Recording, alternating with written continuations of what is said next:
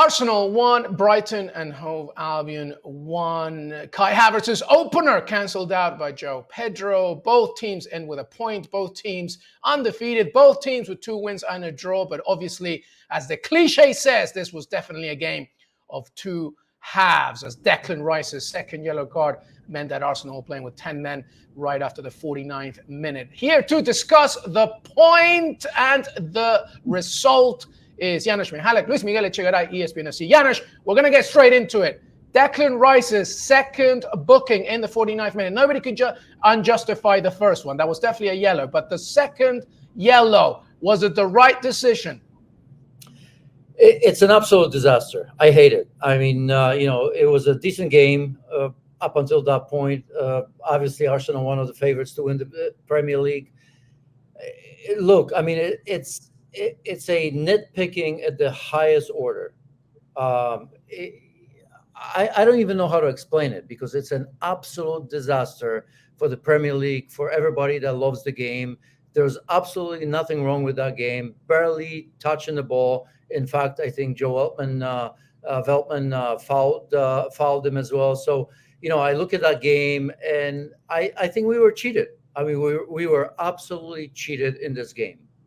Yeah, I have to completely agree here. As the graphic was showing there by the Premier League's Match Centre's report there, saying that the referee issued a second yellow card to Declan Rice for delaying the restart. If everybody just watches this highlight once again, obviously there's a tumultuous situation where both players get into it, but the ball is actually grazing the back heel of Declan Rice, and it just happens to meet his toe. He didn't kick it away, it just felt off. So obviously there needs to be context here. I'm with you. Declan Rice's second yellow was ridiculous, and that was the change of everything, because at the beginning, Janusz, Kai Havertz, wow, 3 goal contributions already in the league, a goal here today. Before we get more into the second half, and obviously what Arsenal had to do with 10 men, what have you made of Kai Havertz so far? No, he's been absolutely incredible, right? I mean, we've looked at him in so many different ways in his time at Chelsea and Arsenal, and I'm trying to find a place for him in terms of his position and how good he is or he isn't. He's been absolutely outstanding. He's growing into his role. I think he's one of the best out there. I don't look at him as a number 9 truly, but in his time at Leverkusen and so far at Arsenal and Chelsea, I think he's been absolutely amazing. Look, this isn't a good result for Arsenal. That's for sure, right? Playing at home against Brighton team that continues to reemerge, and what an incredible story, right? Because we don't want to take anything away from Brighton. They're top of the table. Before this game with Arsenal, and they're there as well right now. So I look at Kai Havertz and I'm thinking to myself, what a player! Possibility of playing just about any position so far. So good. He's growing. I don't want to say he's growing on me, because I always respected him as a player, but I think when it's all said and done, he's a true number 9 for Arsenal, and he's going to continue to deliver. Yeah, I mean, he has 10 goal involvements in his last 9 league matches at the Emirates. I mean, that's saying something. It's not even just about the beginning of this season, right, but it's also what he was doing towards the end as well. So Kai Havertz gets his goal, and the first half, gave Kaido Mitoma with sort of a chance there for Brighton, but really was Arsenal with control, with the lead. And then the second booking comes, Declan Rice's first professional sending off, and then the game changes there, Janusz, with Brighton and João Pedro. Once again, I mean, he's been pretty impressive. I sat him for my fantasy on the bench. I was a silly man. He's a very impressive player, João Pedro, Janusz. Yeah, he is. I mean, that goal was spectacular. It was a good save from Raya to begin with. I mean, he puts that away. Good players find their way, and it's a funny game in a way, because I think that first initial pass was superb, right? And the way they open up Arsenal's defense, which is for me one of the best in the league.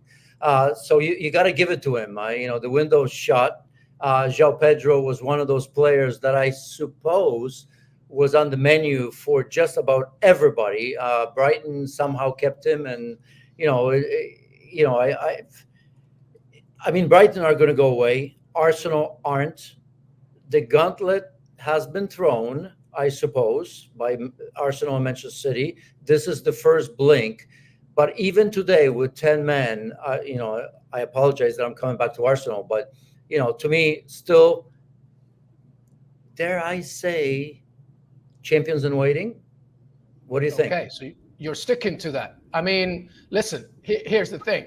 I said at the beginning, in agreement with you, that I think that Arsenal, this is it. This is the season for them to win the Premier League. And obviously, it's going to be a disappointing result for them today, as you mentioned, after the sending off. But I think that as this season develops, and Arsenal continue to fight, because, they could have actually also lost this game as well. And that's not what happened. So at least the point is here. But, I mean, it's between Manchester City and Arsenal, and everybody else is in the waiting. But this is definitely a season for Arsenal to take it.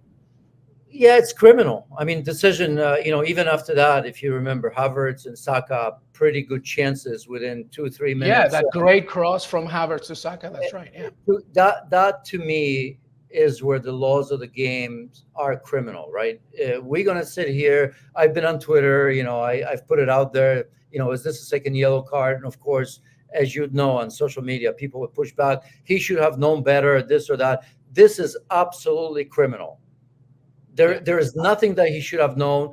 It's a terrible, terrible yellow card, which made the game worse for us, for all the viewers. I don't know how, these 2 points, obviously, when it's all said and done at the end of the season, I don't know where they go. But to me, it's absolutely criminal. If it wasn't for the yellow card, Arsenal would have won this game. Not to take anything away from Brighton, because they were superb in a way. It's a difficult place, as we all know, blah, blah, blah. But listen, Arsenal would have won that game with 11 men. And to me, the laws of the game failed all of us as viewers of the game. If you're an Arsenal fan or not, it was an absolutely terrible, terrible decision. Yeah, and by the way, we've just been talking about João Pedro, how great he's been. Obviously, most duels. He won 10 most touches in the opposition box for Brighton. But before the Declan Rice sending off, he also did a delay in time fault as well. That he was chasing a ball, the ball was going out of bounds, and he just kicked it straight out, and he received 0 bookings for that. So there needs to be a need for consistency here as well. Well, yeah, I mean, look, we're going to have these situations all over again, right? I mean, this is just the first game of the weekend. I'm sure there's going to be situations like these before. There will be. Yeah. Consistency is important, but look, I have nothing else to say other than absolutely criminal decision from the referees. And again, I'm very, very disappointed, because I thought it was going to be a good game. I thought Arsenal were going to win it. I still think Arsenal are one of the favorites. Of course, Manchester City still probably, if I had to put my money on it. But I'm waiting, and I'm not an Arsenal fan. But I appreciate what Mikel Arteta has done with this team, and they would have won that game if Declan Rice wasn't sent off. For sure, the fullback Jurriën Timber came off, felt an injury. I mean, if he's out for a significant amount of time, how significant is that for Mikel Arteta? That's actually a good thing, right? Because you need Calafiori to be there. You need his leadership. You need his personality, which I love, because that's something that Arsenal have been missing, in my opinion. This is, this is like the missing piece, in my opinion. That special personality that he brings. I've been part of many teams, and you can look at Calafiori. How good is he? Is he a great player or not? I think he's a very good player, but it doesn't matter. You need that sort of personality, that character, and so when I say they're not going to miss Timber, I hope he gets back. But I think Calafiori is going to make this position his own. So Arsenal still, for me, the team to beat. I've said it. Still the team to beat for Janusz Michallik. Maybe it's because he's going to a Polish wedding tonight that he's feeling adventurous. I'm in Chicago. This is going to be incredible. I'm telling you. I haven't been to I haven't been to one in like 25 years, so it's going to be well. special. I need your son to tape all of this so I can see some footage as well. That would be wonderful. But we're going for a run on the Magnificent Mile right now. So wonderful. I all hope of you that know Chicago, it's going to be good. I love it. I love it. All right. Well, Arsenal won, Brighton and Hove Albion won. The points are shared. They both remain undefeated, but not without controversy as Declan Rice receives his first professional red of his career. We'll have to see how they bounce back from this one. But after this one, 1-0 Arsenal and Brighton at the Emirates.